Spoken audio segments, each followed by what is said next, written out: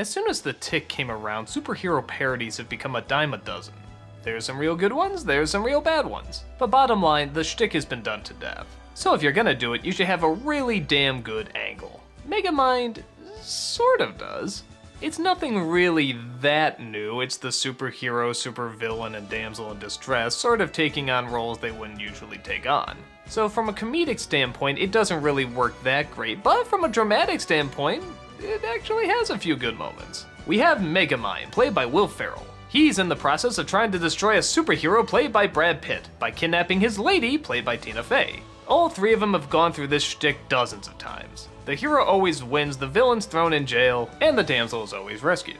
That is except for one day, when it appears that MegaMind actually wins. Yeah, he actually destroys the superhero and ends up taking over the world. But he quickly realizes taking over the world is kind of boring.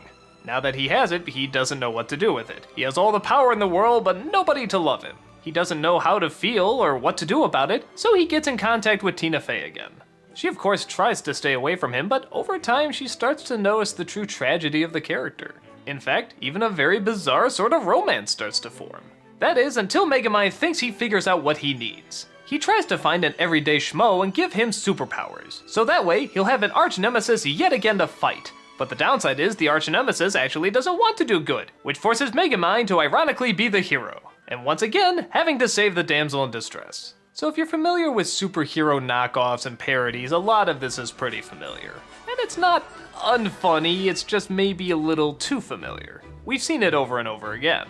But it is with still very likable characters. Brad Pitt even has a pretty funny story near the end about how he comes to a conclusion about himself, and how. But oddly enough, most of the movie is sort of spent in conversations, mostly between MegaMind and the romantic lead.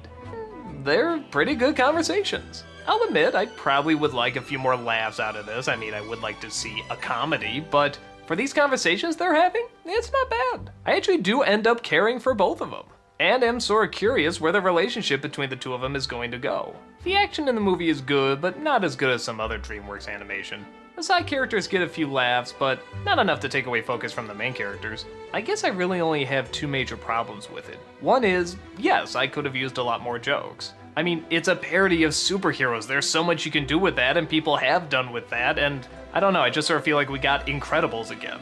Taking what should be a superhero comedy and making it actually pretty serious. But to be fair, from a different point of view.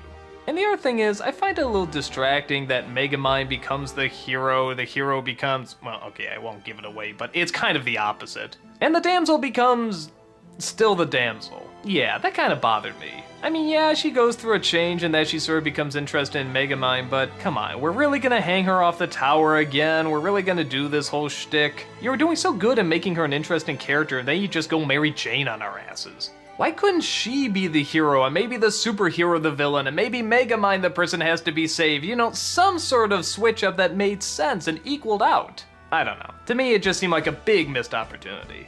But for what we did get, I think MegaMind was a cute film. I'd say it certainly has more adult moments than other DreamWorks movies in that, well, there's a lot of sitting down and talking. But like I said, I think the characters are enjoyable enough to listen to. And you even get pretty wrapped up in their drama. I don't think it's a grand film in terms of superhero flicks or even emotional dramas, but it's not bad. I came out glad to know that the characters I wanted to be okay came out okay. Not a great film, but a good one. I'd say it's definitely worth checking out.